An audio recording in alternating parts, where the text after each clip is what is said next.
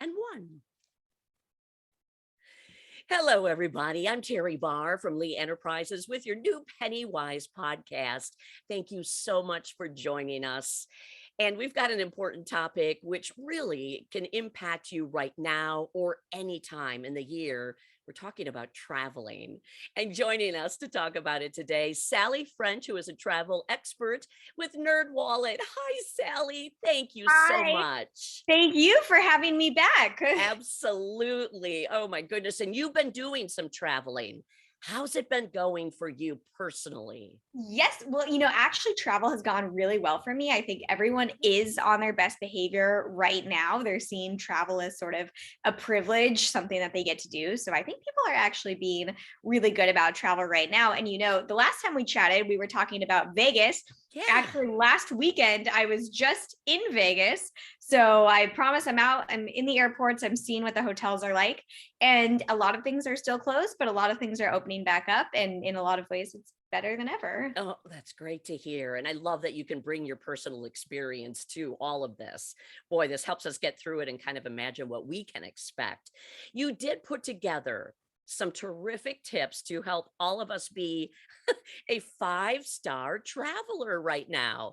And again, we're talking about the holidays specifically, but I think when we talk about these tips, these really do apply for any time you're traveling. Yes, I wrote these tips with the holidays in mind, with the COVID era in mind.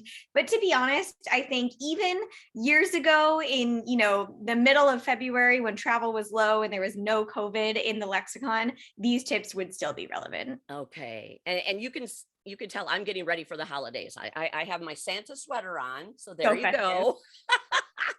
So, okay, we're going to get everybody through these holidays and they're all going to be 5-star travelers. So here we go with this. Okay. Number 1, you talk about making others work more efficient. What does that mean? What can we do to make others work more efficient for us? Yes. So, I always think when people are traveling, they're always thinking, me, me, me. I need to put in my own bag first. I need to get myself off the plane first. Oh, you see a lot of that, don't you? Yes, always. And even before the holidays, even before COVID. But I want people to stop and take a step back and think about, what can I do to actually make this process more efficient for everyone? I might not necessarily get off the plane first, but everyone gets off the plane faster, which is a net win. So I think about little things that you can do to get out of your own little bubble and think about everyone else. One thing is to actually check your bag early. We've all been there on the airplane where they say, everyone in the D boarding group is just going to have to check their bag, and someone holds onto their bag hoping that they might find a spot to bring it in the overhead bin. And what ends up happening always is that bag ends up getting checked, which means that it takes longer for the plane to take off, which just means everyone's late. So if you're going to be in that C, D boarding group, even if you're in the A boarding group, check your bag and clear up space in the overhead bins so it's not, trying to shove everyone's bags in the bin. I think about other things of just, having your stuff out and ready to go. And so if you know that you'll need snacks during the plane, don't decide that you're going to get them out after you've stuffed them in the overhead bin and then pull it out. Just think a little bit ahead of time. Can you have those snacks in your hand right then?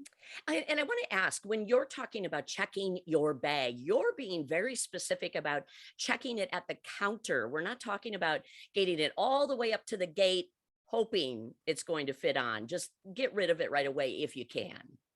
Exactly. And that just gives the airlines more time to plan of how they're going to fit everything in. It makes everything more efficient. And you know what? You also win too. If you check it at the counter, you don't have to drag it through the airport. You don't have to worry about it going through TSA. I'm always traveling with weird things. I'm an athlete, so I travel with these big heavy shoes. I'm a power lifter and I have protein powder and it looks weird. They're like, what is this powdery substance? So I just say, check it. And then the TSA doesn't have to ask you about your powdery substance. Another thing is that you can actually often check your bags for free. Some airlines, if you have elite status, you can do that, but you don't necessarily even need to have an elite status. A lot of credit cards actually will come with benefits like 2 free checked bags. And it's often not just for you, it's for your whole travel party. So Oh, travel wow. with 6 people, and even if a checked bag is only $20, that's $120 in value right there for everyone to check their bags. Okay. So aside of checking your bags, check your credit card to see if you have that kind of perk on it, I guess. Yes, and it's a win for everyone. It just makes things go so much faster. And Okay. outside of airlines, I think of hotels. A lot of hotels have actually said we're cutting back on doing housekeeping. Yes. And do you need housekeeping? Can you reuse your towels? Is that okay? What can you do to make things more efficient that way too? Yeah. Oh, I love that because we recently did stay in a hotel and had a note that said, if you want some housekeeping or if you just need something, let us know. Otherwise, we're not going to bother you the whole time you're here. And that was actually a really cool way to go about it. We needed a couple of extra towels. They were right out there working on other rooms. So it was super easy and it made it feel very comfortable too. Exactly. Okay, very good. All right, so that's number one for you. Number two, you have use your tech to speed things up. Okay, tell me more. Yeah, I think that almost sort of follows up our last point of just thinking outside of yourself and figuring out how you can make things more efficient. And tech can make things even more efficient. I think the golden example is most airlines now allow you to get your boarding pass on your phone. And so you can have your phone out and ready at the gate to just scan it. You'll show it at the gate, and then you'll also show it at security before you get to the gate. You can even make it faster with certain apps like Clear. Those use biometric data, so you don't even need to take out your driver's license. You can just actually Ah, stand with your eyeballs right up in the Clear machine, or sometimes you put down your fingers. And that can be a really efficient way of getting you through security even faster. It does come with an extra fee. Some credit cards do cover it again. So look and see, and you might not necessarily want to pay an extra fee, but if you can, that's another way that you can use tech to speed things up. oh, that's amazing. And again, the tickets, having those on your phone just makes it so quick and easy. Zoom, you're right through, it seems. And it's not just boarding passes at the gate. We're seeing increasingly more hotels are offering your room keys. You can just open them in an app on your phone and use your room key that way. Hyatt just announced that now you can add your room key to your Apple Wallet if you have Oh, an iPhone or an Apple Watch. And so then you don't even need to go to the front desk, which for everyone else who doesn't have that, that saves a spot in line that they get to move up faster, and then you get into your room faster. look at that, being considerate. Oh my. Oh, and that happens to be one of your tips. How about that? Let's jump to that one. Why is it so hard sometimes to be nice to other people? How can Yes. we use this tip to help our travels? Yes, and I know traveling right now is really hard. You have to wear a mask for your whole plane flight. You've had to get extra paperwork. Maybe you had to go get a COVID test that morning. You're really frazzled. I totally understand. Travel right now is tough. But again, sort of think outside of yourself and be considerate of others. And we're seeing that many people are not. Luckily, I've had good experiences, but the TSA is reporting record rates of unruly passenger reports. This is people, fighting with the flight attendant about whether or not they have to wear a mask. That's sort of a textbook example. And so, I always say be considerate and go out of your way to do what you can to be considerate. In fact, Southwest Airlines has not resumed selling alcoholic beverages, and I suspect Aha. it's for this reason. Yeah. So, keep that in mind if you're going to drink before your flight. Make sure that you're still in a place where you can be considerate to your flight attendants or your fellow passengers. The easiest thing I find is if you're going to have a drink before you get on the plane, take a nap. Oh, I love that. You really can't get in any trouble while you're taking a nap. Perfect. I'm very on board with the nap, and you Oh, and probably sleep easier especially, that way. oh my gosh, and I love the idea of talking about being considerate and being kind, especially around this time of year. It can get crazy and stressful, and so I'm glad you have this as part of your 5 tips. That's great. Yeah. And, I found it's not black and white. Even, one thing I always think of being considerate is personal space. And, right now people want to stay 6 feet apart, and that's great. And I think we should largely, strive to respect other people's personal space, but then also realizing airports are crowded. I was at the boarding gate in Las Vegas, and there was no way that you could stay 6 feet apart. So to also understand, if you're traveling, someone might be in your personal space. And, that's also okay too. Just kind of looking at the bigger picture and seeing all those things. Yes. Yeah. Oh, thank you. Great reminder there. Of course, then that takes us to the next one where, okay, if you're going to complain, at least complain to the right person. Okay. How do you find the right person? What does that mean? Yes. Well, so, I will caveat this by saying I've seen advice that says, don't complain. And I would actually disagree with that. You paid a lot of money for this trip. Our NerdWallet has done numerous surveys that say people are ready to spend just as much as they did in 2019, even more. And so people are ready to spend money, which means that you should be, largely entitled to get what you paid for. I think there's a difference between, complaining about something really small and silly, but if you're not getting what you paid for, definitely complain about it. What you need to think about is the person you're complaining to someone who can actually do something about it? So complaining about, say, a mask policy to a flight attendant, they can't do anything about it. It's not their rule. That's probably not going to be helpful. However, complaining that your flight got canceled and there's not another flight for you to go on, that might be a legitimate complaint. But again, the flight attendant is probably not the person to solve that. That could be, the customer service desk, if you can escalate that to a manager for the airline that canceled it. And in fact, I have a great tip is social media has made it actually very efficient to complain. This is wild. So lately, airlines are turning to Twitter in particular as a customer service tool. And actually, I was on a flight to Arizona, and it was the week that Southwest had canceled so many of their flights, and I was on a Southwest flight. And I called to get my flight rescheduled, and it said, you're going to be on hold for 2 hours, but my flight was supposed to take off in 1 hour. This was not going to work. And so I actually tweeted at Southwest, and they DM'd me right away, willing to help me rebook. And so I actually find that's a really helpful way to complain in a sense. And they were able to get it taken care of, and they sent me a flight credit and everything. Oh my gosh. Okay. Wow. So that's almost like a secret tip for us to remember and employ. And I'm assuming, though, you still want to be considerate when you're complaining and doing it on social media. Yes, I mean, especially with social media, if you're, calling on the phone or talking to someone to complain, you can see that's a real person with a real face. I do think that's a good point on social media. It's hard to tell what the bot behind the Twitter is, and it's not a bot; it's a real person in most cases. And so, still being considerate that there's a real person reading that tweet. And I often find, another little pro tip is that being a jerk doesn't help.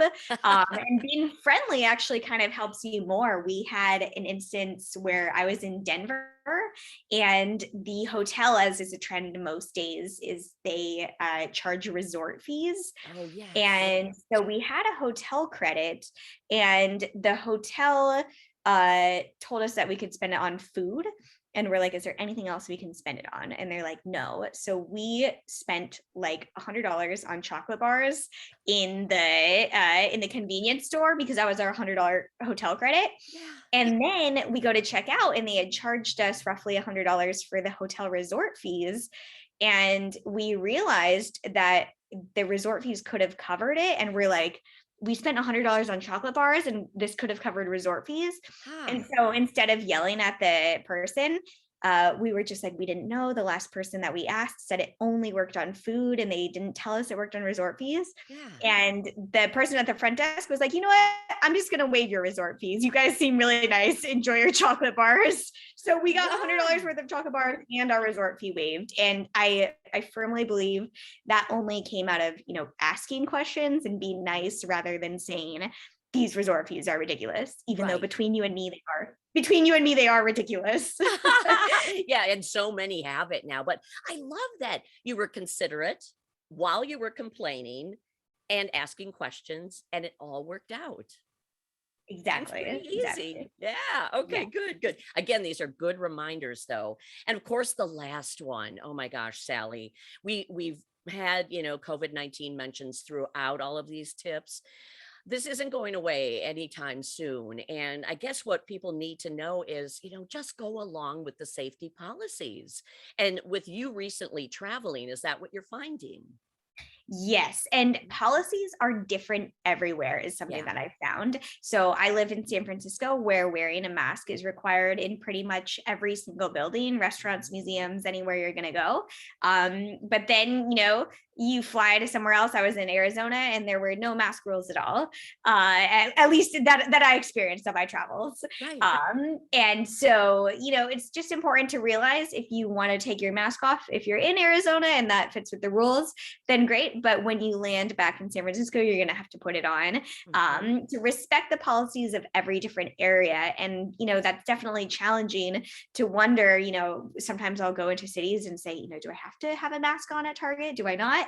Yeah. But, maybe just default with it on. And then once you get a feel for the area, find out what it is, if you would prefer not to wear a mask. One, thing to keep in mind is that 73% of the unruly passenger reports in 2021 were actually mask related. Oh my gosh. Which is, just, again, it's no one next to you's fault. It's not the flight attendant's fault. No one else on the plane can do anything about it. Right. So, again, be respectful, be considerate of others. Yes, that covers all of those tips. What would you say is the bottom line when it comes to, again, we all want to be considered a good traveler. And I love how you mentioned that you follow these and you're going to be a 5-star traveler during Yes. the holidays, but anytime. What do we need to remember as we travel?